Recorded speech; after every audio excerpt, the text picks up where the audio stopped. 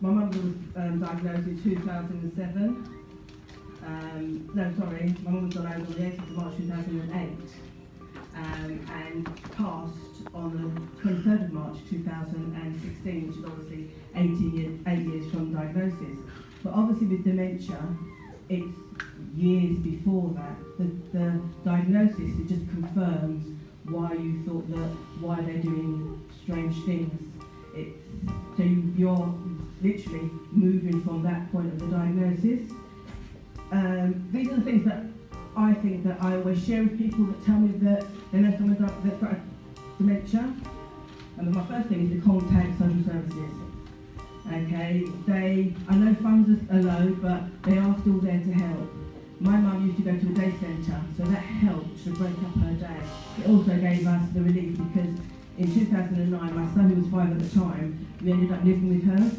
So what happened was that we then got the day centre, she was going there, and then we would have carers, some coming in the morning, but to get her ready. But as time progressed, they needed someone for the evening. You'll also find that they are also giving you respite. Everyone that has a carer, has a patient at home, is entitled to get at least 4 hours respite a week.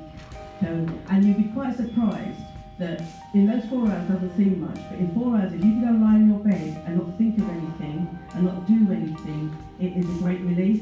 You just sort of like if somebody's downstairs sitting with them and you know they're safe, and it just gives you that time for yourself or time to spend like with my son, etc. They also, and I think it's a good thing, is because they also give you the avenue to get adult underpants. Once you get further down the dementia route, you will need them, and they are more hardy than the ones that you will buy in any Sainsbury's or Tesco. And the social service is taking that cost rather than it coming from you. Another thing that we did is that I was fortunate because I was on my mum's mortgage and already paid for it. The house was paid for, and then when I moved in, I got my name put on her bank account. Now these are things that if you haven't done, these are things you need to consider, because once you go, you need to do all of these things before you go and get whoever it is tested. Because once you get them tested and it comes back and confirmed the dementia, they are suffering from dementia, they are then not of sound mind and cannot make decisions. So you have to make sure that you get all of those things sorted before you go down that avenue. It makes life so much easier, because you can go into the bank, you can pay this, you can do that, and you don't have to worry about anything. When my mum passed, the house automatically reverted to myself, and I shared the proceeds with my siblings. If you hadn't had that, you would have to go through probate and everything else, which, when someone passes, it's bad enough as it is. You don't need to worry about all of those things as well. I'm going to try to talk fast. There's two areas, I think, as well, when you've got someone who comes to dementia. My mum was quite popular when she was of sound mind.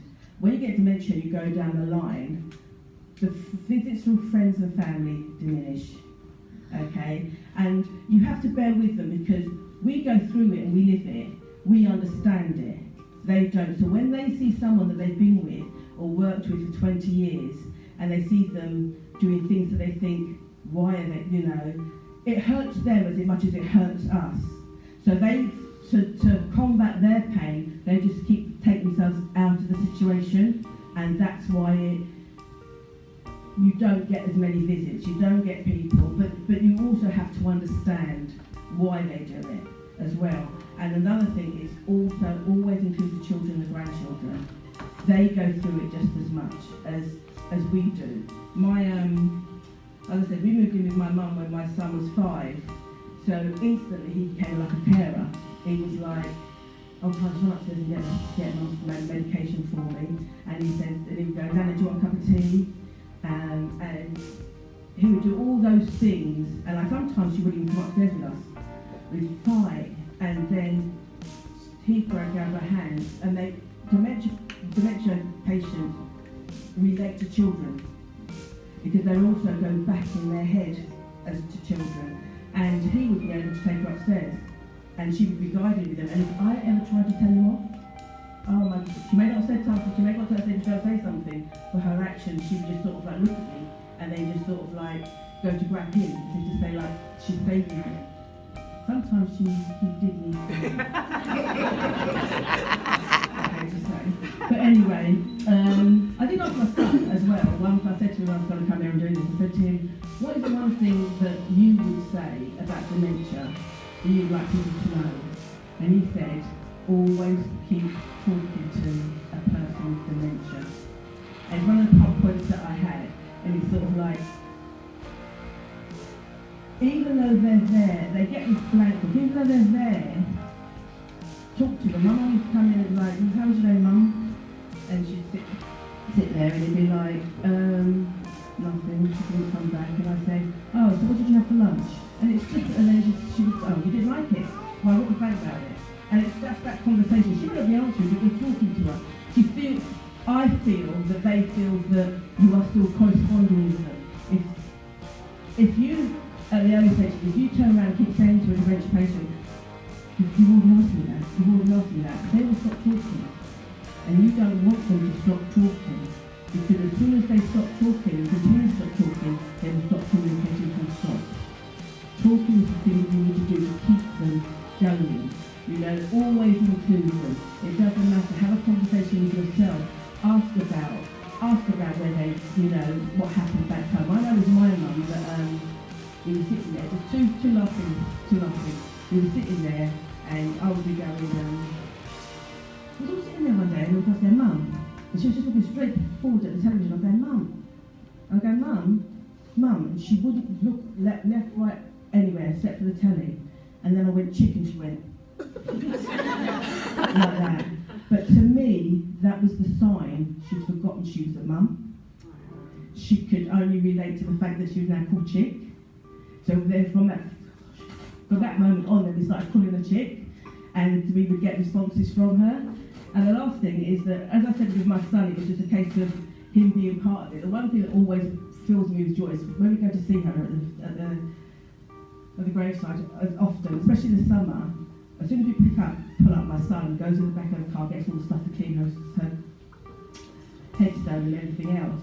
But we have this rule that we always have our own moments with her. Now my son doesn't remember my mum when she was a sound mind. He only remembers her with dementia. So I just love is just that when he has his time, he will sit on the middle of her grave like he's sitting on her lap, and he will sit there and he will talk to her. And to me, it's sort of like he's still got that unconditional love for her. And that's the thing about it is you talk to them, try and get as much information as you can out of them, because what happens is I never asked my mum a lot of things that I should have asked. So that part, some of that part of her history is gone. Okay, but the harsh reality is, like Maria says, dementia. If you've got dementia, your prognosis is death. That's all it is, and all you have to do with your patient is just make their journey to the other side as